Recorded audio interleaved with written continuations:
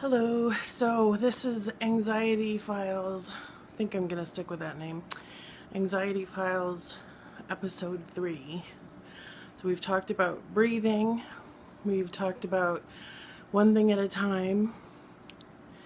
So today, as I'm having another long anxiety day, sometimes it just goes on and on for hours and doesn't seem to quit. So you can tell it's getting dark.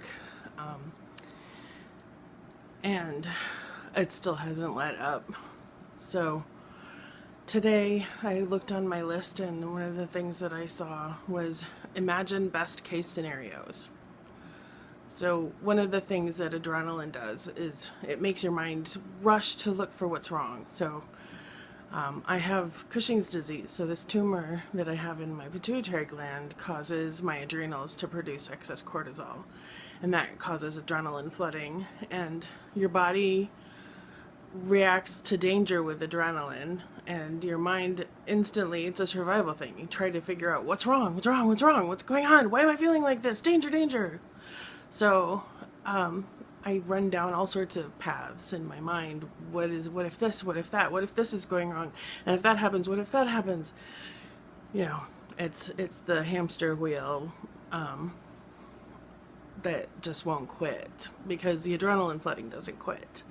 So the thinking about what could be causing all of this feeling of danger doesn't quit. So when I realized that the brain forms synapses based often on what you think. So if you are replaying the same scenario over and over, if I'm imagining worst case scenarios, that's my brain knows very well how to do that. Those synapses are strong. Those pathways are deep and wide and well traveled in my brain.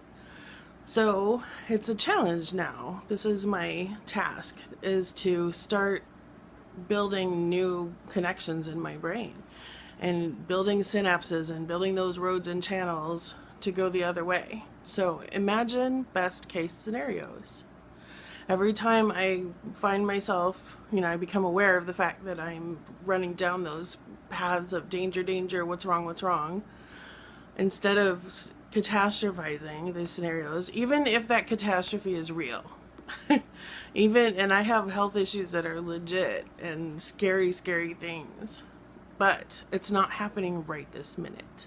So all of that is still imaginary. It's still in a future that hasn't happened yet. So if I'm going to be living in an imaginary future, why not the best case scenario?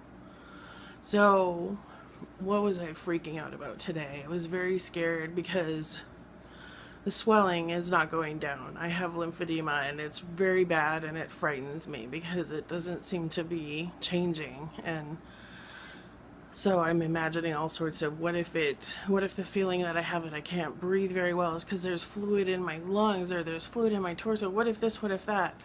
So instead of that, my best case scenario, what could I imagine? The diuretics are going to start to work. I'm going to get the timing right with exercise and being in bed with my feet elevated and taking the diuretics.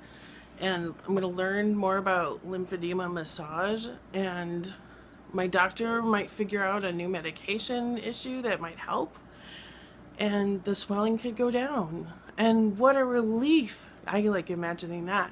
Imagining the swelling going down, my skin kind of normalizing, all this feeling of being trapped in this puffy, tight, growing, scary body. Maybe it'll all just calm down, and the anxiety could calm down with it. Wouldn't that be fantastic? So yeah, my clothes would fit better, getting rid of all of this fluid. I'd probably pee for days, weeks maybe, and that's okay. Every time I had to run to the bathroom, I would be like, yes, it's doing what it's supposed to be doing. My body is functioning normally and getting rid of fluid the way it needs to get rid of fluid. My body could do that. I wonder, maybe a best case scenario is that if I imagine that and I talk to my body and tell it that, as well as doing all of the things I know to do to make it happen, like exercise and elevating my feet and all of that, maybe as well, when I tell my body how to get rid of the fluid, maybe it will. Maybe there's some kind of things we don't know, right? Maybe my praying and asking friends to pray and think good thoughts and send good mojo will inspire the universe to provide some miracles. You know, maybe my mom, who passed away recently, is advocating for me and wonderful things are around the corner. That's possible too. It's a good thing. Now I'm crying happy tears, right? Because the possibilities can be beautiful. They don't have to be terrifying and dark. I fear that the terrifying darkness is the truth and the reality, but it's not. I don't know. I don't know. The future has not been written yet. So why not imagine the best case scenario? If I'm gonna have to have adrenaline flooding, making me like wonder, let's wonder good things. And the more I was told that by somebody I really respect, that when you imagine good things, when you imagine hope, when you choose hope, good things come to you, and it's good for you. It's good for your body, it's good for your mind, and it attracts that. I don't think that person believes in the law of attraction the way a lot of people preach it, but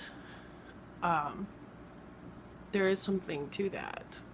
When you put yourself in line with something positive, you make the possibility of the positive things happening a higher possibility. It's more likely if you place yourself there, if you prepare yourself for it. So that's a job. I like having tasks to do. Gives me some illusion of control, I guess. But that's a job I have, and I can literally build synapses in my brain that will help when I get anxious. The more I change that pathway and wrench myself out of the scary things and imagine instead the best possible things, the better for my brain, the better for my body, the better for the anxiety that is torturing me so much. I hope that helps.